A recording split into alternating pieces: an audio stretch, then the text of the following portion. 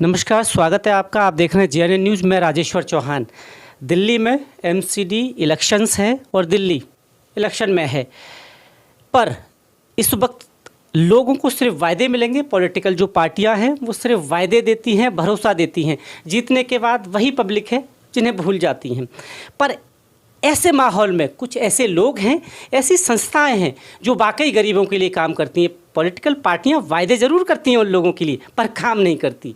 काम के लिए कुछ संस्थाएं हैं, कुछ एनजीओ हैं जो काम वाकई ज़मीनी स्तर पर करते हैं। मैं ऐसे कुछ लोगों से मिलवाने जा रहा हूं।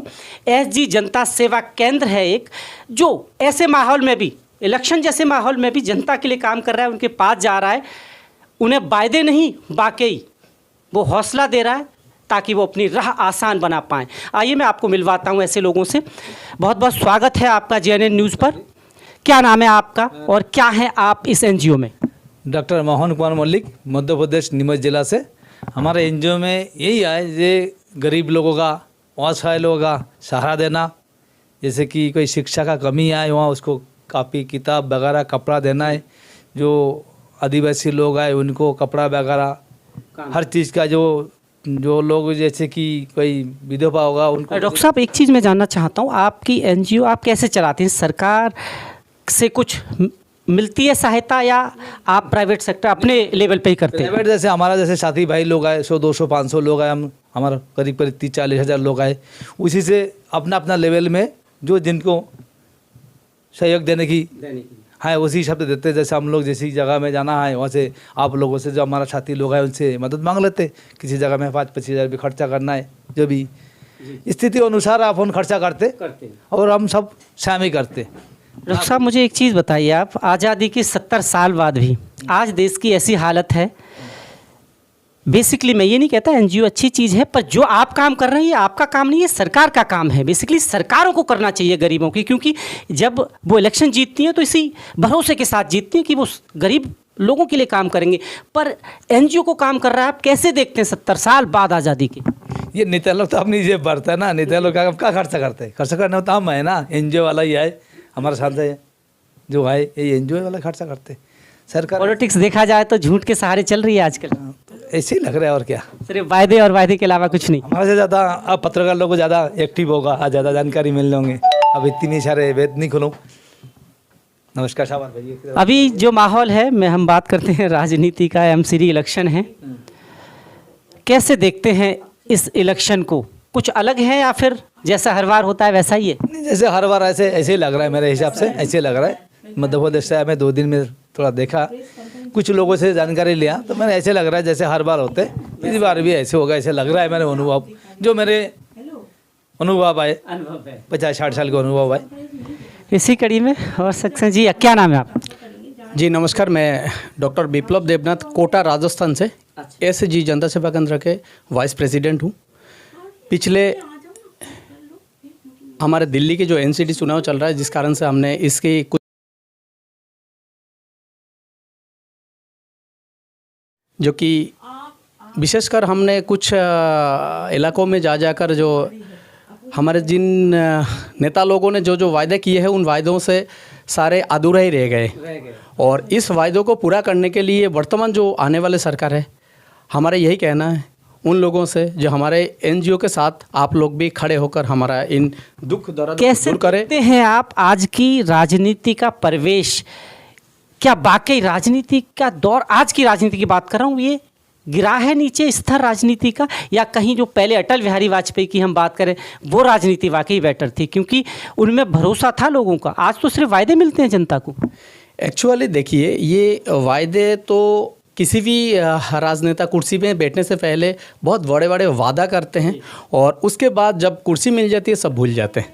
और ये भूलने का एक ही कारण है, क्योंकि जब वो कुर्सी मिल जाते फिर अपने तजरी भरने में ही काम करते हैं, और उसके बाद जनताओं को तो भाड़ में जाने दो, अपने क्या मतलब है। लेकिन हम कुछ एनजीओ वाले हैं जो ज़मीनी स्तर पर एक एक घर पे एक एक गरीब दुखियों को, एक एक दुर्घटनामूलक लोगों को जाकर अस्पताल से लगाकर, किसी गरीब स्कूल से लगाकर, किसी रोड पे किनारे में जो भिखारी लोग हैं उन लोगों को उठाकर खाना खिलाने में या शिक्षा या किसी भी स्तर पर हमने देने में एनजीओ ही काम करता है।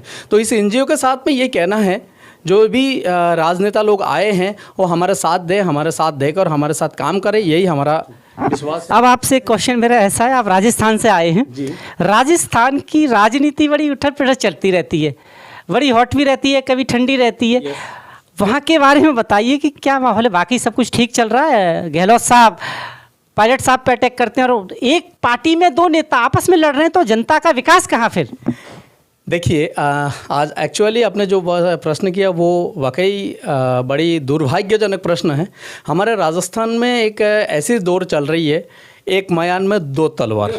ये कभी होता नहीं है, फिर भी ज़बरदस्ती एक मयान में दो तलवार रखने का कोशिश चल रहा है। तो मेरा ये कहना है, मैं यहाँ से ज़रूर इस आपके माध्यम से, आपके चैनल के माध्यम से ज़रूर मैं ये कहूँगा, विशेषकर हमारे राजस्थान के जो वर्तमान समस्या चल रही है कांग्रेस के दो नेताओं में, ये किसी एक नेता को अपनी और अपने एक को देकर इस समस्या का समाधान करे। और इसके अलावा भी भारतीय जनता पार्टी पिछले अटल बिहारी की वाजपेयी के समय पर जो काम किए थे और जो वादा किए थे वो वादा पूरे भी किए थे और काम भी किए थे, अच्छी बात है।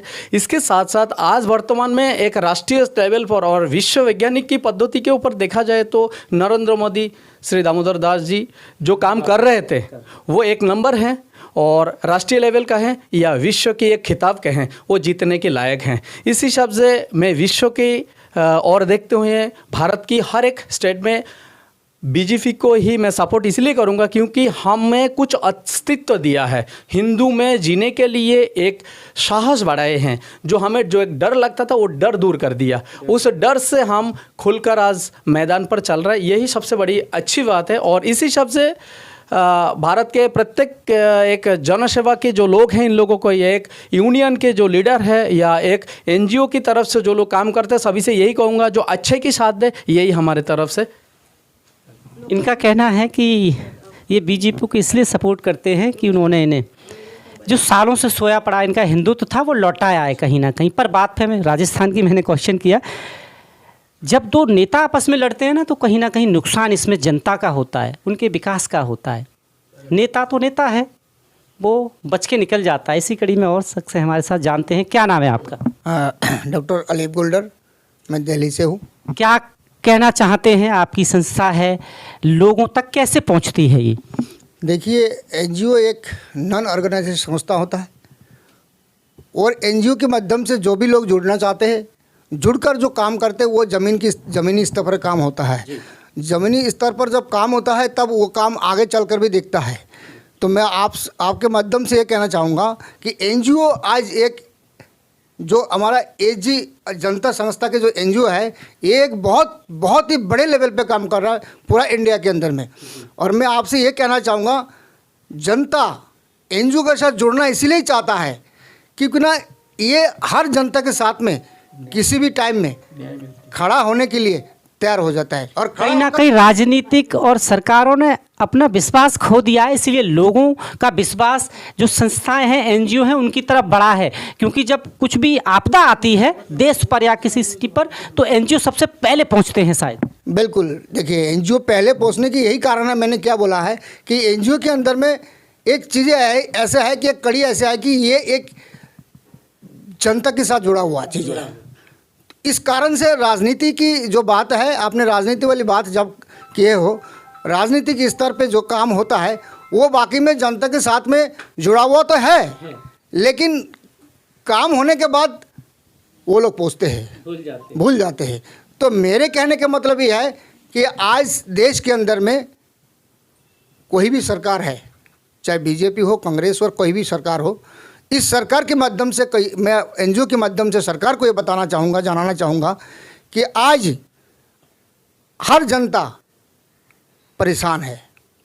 लेकिन परेशान के अंदर से भाई ने एक बात कहा है कि आज हमें नरेंद्र मोदी ने हिंदुओं को बाकी में जगाया है, जीने का एक साहस दिया है और साथ में देश के अंदर में एक जागरूकता पैदा किया है। पर जब बात आपने कही हिंदुओं को जगाया है, पर जब हम बंगाल देखते हैं वहाँ पर स्थिति बिल्कुल उलट हमें नज़र आती है। ऐसा क्यों है? आखिर वाकई वहाँ डर का माहौल है जैसा देखा जाता है? बिल्कुल डर का माहौल है। बंगाल के अंदर में बहुत ही डर का माहौल है, क्योंकि ना बंगाल की सरकार जिस तरह से काम कर रहा है, ये देश टुकड़ा करने का काम कर रहा है। देश को जोड़ने का काम उन्होंने नहीं किया है, नहीं कर रहा है। क्योंकि ना बंगाल के अंदर में भी हम ये चाहते हैं कि भाजपा सरकार आए और जैसे देश के लिए, दुनिया के लिए भाजपा सरकार ने काम करके आगे बढ़ाकर देश के नाम रोशन किया, दुनिया के अंदर में एक मिसाल कायम किया हमारे देश की सरकार ने।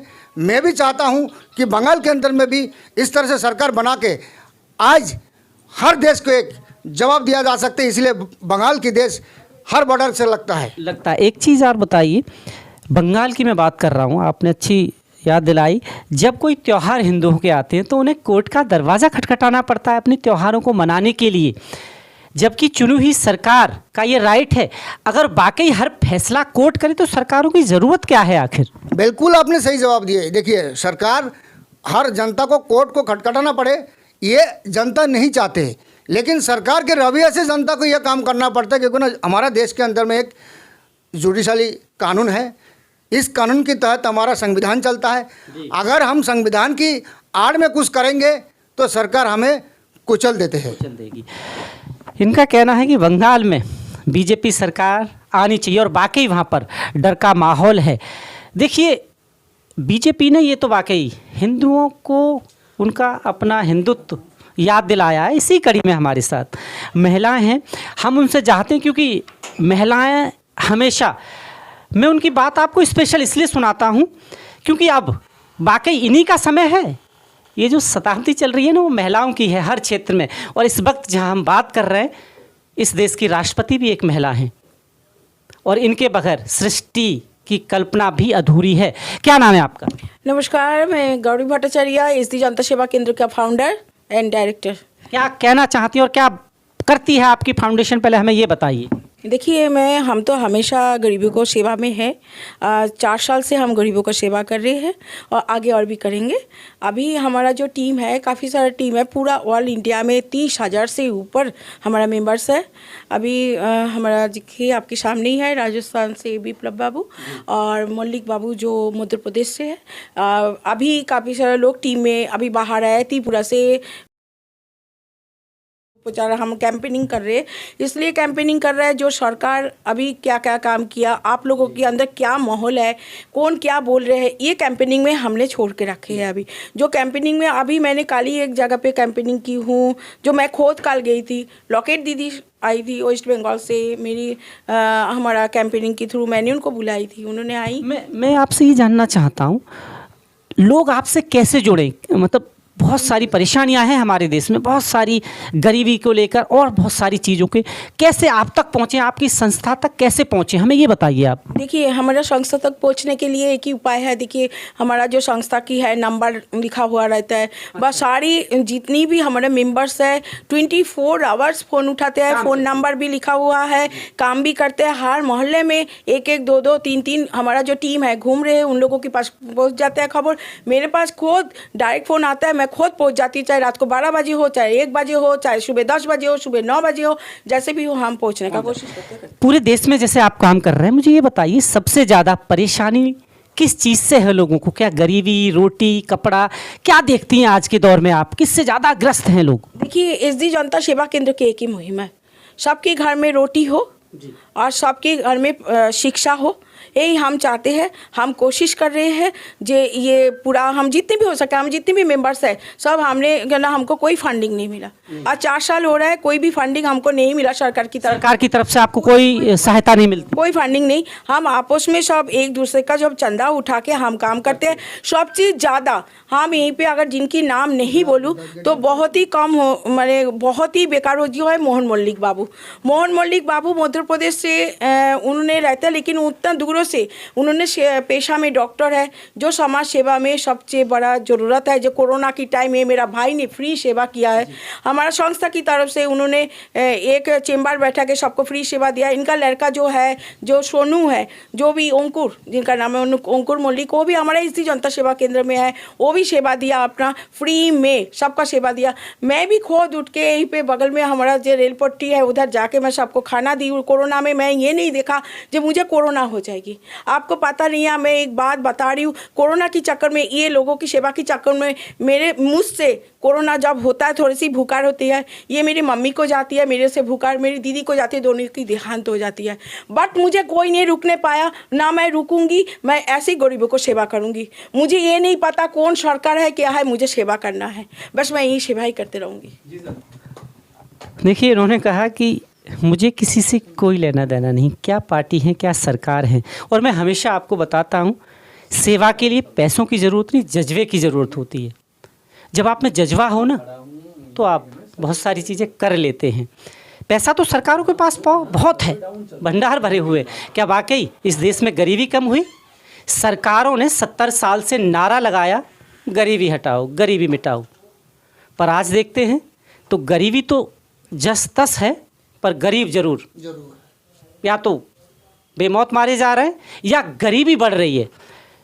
मैं हमेशा आपको उन लोगों से इसलिए मिलवाता हूं कि सरकार की बिना सहायता के भी वो लोगों तक मदद पहुंचा रहे हैं, एक ऐसे दौर में जब राजनीतिक पार्टियां सिर्फ वायदे और भरोसा दे रही हैं।